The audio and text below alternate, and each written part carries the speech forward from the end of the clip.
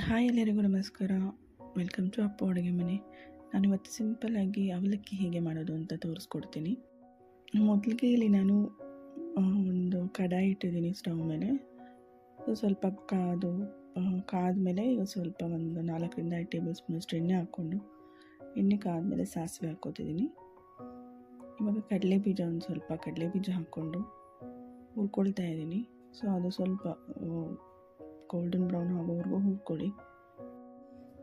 ಅವಲಕ್ಕಿ ಬ್ರೇಕ್ಫಾಸ್ಟ್ಗೆ ತುಂಬ easy simple ಆಗಿರೋ ರೆಸಿಪಿ.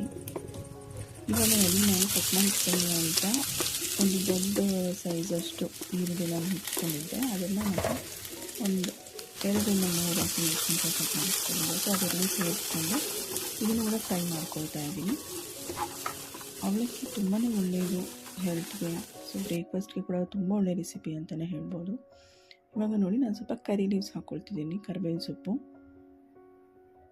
ಅದನ್ನು ಸ್ವಲ್ಪ ಚೆನ್ನಾಗಿ ಹುರ್ಕೊಳ್ಳಿ.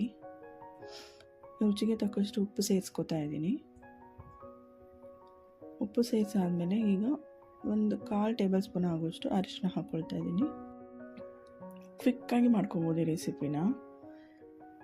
ಈಗ ನೋಡಿ, ನಾನು ಒಂದು ಚಿಕ್ಕ ಕಪ್ಪಾಗುವಷ್ಟು ಅವಲಕ್ಕಿ ತೊಗೊಂಡಿದ್ದೀನಿ. ಇದನ್ನ ಒಂದು ಸ್ವಲ್ಪ ವಾಶ್ ಮಾಡಿಕೊಂಡು, ಇದನ್ನ ನೆನೆಸೋ ಅವಶ್ಯಕತೆ ಏನಿಲ್ಲ, ಸುಮ್ಮನೆ ಜಸ್ಟ್ ನೀವು ಒಂದ್ಸತಿ ವಾಶ್ ಮಾಡ್ಕೊಳ್ತೀರಲ್ವ ಅಷ್ಟೇ ಸಾಕು. ಸೊ ಅದನ್ನು ಒಂದು 5 ನಿಮಿಷ ಬಿಡಿ ಸಾಕು. ಈಗ ಅದಾದಮೇಲೆ ಇವಾಗ ನೋಡಿ, ನಾನು ಅದೇ ಅವಲಕ್ಕಿ ವಾಶ್ ಮಾಡಿ ಇಟ್ಕೊಂಡಿರುವಂತಹ ಅವಲಕ್ಕಿನ ಸೇರಿಸ್ಕೊಂಡು ಇದನ್ನ ಚೆನ್ನಾಗಿ ಮಿಕ್ಸ್ ಮಾಡ್ಕೊಳ್ತಿದ್ದೀನಿ. ಆ್ಯಕ್ಚುಲಿ ಬ್ಯಾಚುಲರ್ಸ್ ಅಂತೂ ದಿಢೀರಾಗಿ ಕ್ವಿಕ್ಕಾಗಿ ಮಾಡ್ಕೊಬೋದು ರೆಸಿಪಿ. ಅಡುಗೆ ಗೊತ್ತಿಲ್ಲದಿರೋರು ಕೂಡ ತುಂಬ ಈಸಿಯಾಗಿ ರೆಸಿಪಿನ ಮಾಡ್ಕೊಬೋದು.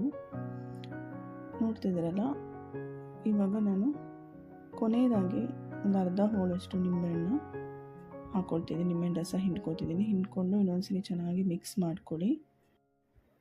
ಕೊನೆಗೆ ಸ್ವಲ್ಪ ಕೊತ್ತಂಬರಿ ಸೊಪ್ಪು ಸೇರಿಸ್ಕೊಂಡ್ರೆ ಅವಲಕ್ಕಿ ರೆಡಿ. ನೋಡಿದ್ರಲ್ವ, ಇಷ್ಟೇ ಇವತ್ತಿನ ರೆಸಿಪಿ. ತುಂಬ ಸಿಂಪಲ್ಲಾಗಿ ಈಸಿಯಾಗಿ ಹೇಗೆ ಅವಲಕ್ಕಿ ಮಾಡ್ಕೊಬೋದು ಅಂತ ನಾನು ತೋರಿಸ್ಕೊಟ್ನಲ್ವ.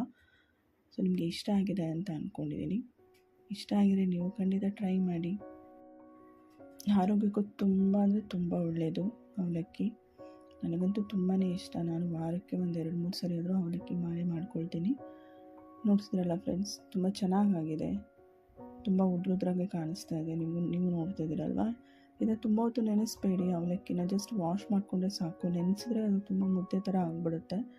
ನೀವು ಜಸ್ಟ್ ವಾಶ್ ಮಾಡಿಕೊಂಡು ಹಾಗೇ ಡೈರೆಕ್ಟಾಗಿ ನೀವು ಒಂದು 5 ನಿಮಿಷ ಬಿಟ್ಟು ನೀವು ಮಾಡಿರೋ ಅಂಥ ಮಿಶ್ರಣಕ್ಕೆ ಎಲ್ಲ ಸೇರಿಸ್ಕೊಂಡ್ರೆ ಅಷ್ಟೇ ಸಾಕು. ತುಂಬ ಚೆನ್ನಾಗಾಗುತ್ತೆ.